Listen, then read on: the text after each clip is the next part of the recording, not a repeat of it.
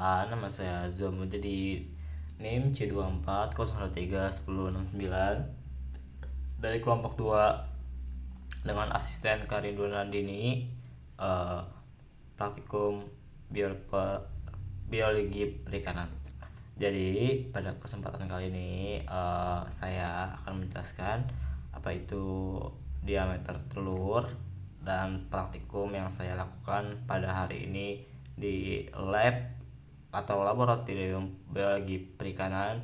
Jadi ini sama kayak kemarin, yaitu reproduksi, cuman ini kemarin itu reproduksi 1, yang sekarang reproduksi 2. Nah, kalau kemarin itu kan kita ngebahas kayak 3 bahasan gitu, 3 subtopik.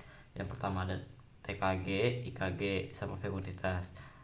Nah, untuk kali ini saya akan bahas diameter telur, subtopik dari reproduksi 2. Jadi kan reproduksi itu ada 4 subtopik, ada TKG, IKG, diameter fekunitas, dan terakhir diameter telur. Nah, pada kesempatan kali ini saya akan menjelaskan apa sih itu diameter telur dan praktikum yang saya lakukan pada hari ini dan sekian keseluruhannya. Nah, apa sih diameter telur? Diameter telur adalah garis tengah atau ukuran panjang dari suatu telur dengan mikrometer yang berskala yang sudah ditera. Fekunitas dan diameter yang diamati berasal dari ikan yang mencapai tahap perkembangan yang sudah matang. Informasi dari TKG matang berguna untuk mengetahui tahap perkembangan gonad serta mengetahui pola pemijahan ikan. Selain itu, proses atau kebiasaan pemijahan ikan juga dipengaruhi oleh kondisi lingkungan.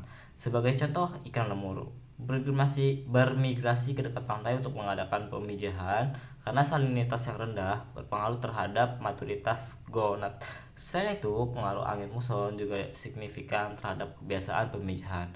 Nah, tadi kan ada kayak diameter telur tuh ada pengaruhnya sama kematangan gonad. Jadi kayak diameter telur itu berbanding lurus sama kematangan gonad. Terus tadi kan ada pola pemijahan serta pola pemijahan. Nah, pola pemijahan itu ada 2. Yang pertama partial spawner, dan yang pertama itu partial spawner, yang kedua itu total spawner. Nah, apa sih itu partial spawner? Jadi partial spawner itu jadi kayak dari namanya aja udah ketahuan setengah-setengah. Jadi ikan tuh mencapai puncaknya itu atau pemijahan itu 2 kali selama satu periode. Jadi itu ya dua mijah. Kayak puncaknya tuh ada 2. Nah, diameter telurnya yang biasanya tuh yang mau memijah itu diameter telurnya tuh besar. Kalau dari praktikum tadi sih yang paling besar tuh 0,045. Nah, yang kedua itu total spawner. Total spawner itu apa sih? Total spawner jadi kayak ikan itu memijah hanya 1 kali selama proses pemijahan atau selama 1 periode. Jadi ya kayak namanya aja total spawner, jadi sekaligus itu, jadi kayak langsung, nggak kayak yang tadi. Kok partial spawner tuh bisa maksimal 3 atau 3 kali sih. Tadi menurut Karindo tuh 3 kali proses pemijahan. Terus saya akan menjelaskan praktikum pada hari ini. Jadi praktikum reproduksi 2 ini kita mengamati diameter telur menggunakan mikroskop. Mengapa menggunakan mikroskop? Karena ukurannya kecil banget, kecil. Mungkin emang kalau di mata tuh kelihatan masih kelihatan, cuman ya kita harus mengamati diameter telur itu berapa. Apa sih yang kita lakuin atau prosedur yang kita lakuin tadi pagi?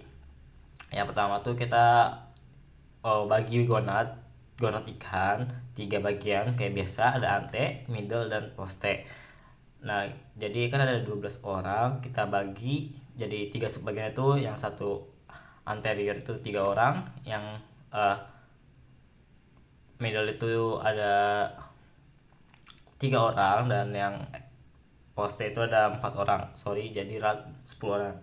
Nah, ya terus kita ngamatin Habis itu diburai sampai halus, kemudian ditetesin ke preparat. Habis ke preparat kita eh jangan lupa cover apa, tutup pakai paper glass. Nah, ditutup, kita langsung amatin di mikroskop.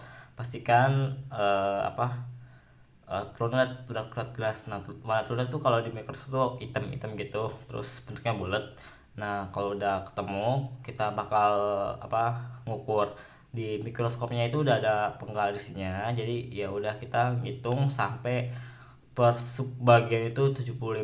Nah, kan tadi ada 3 sampai 4 orang, jadi satu subbagian itu dibagi 25 telur per satu orang. Jadi total 75 kali 3 225 telur. Kenapa kita lebih banyak? Karena sesuai kemauan asisten praktikum kita. Oke, terima kasih. Kurang lebihnya mohon maaf. Wassalamualaikum warahmatullahi wabarakatuh.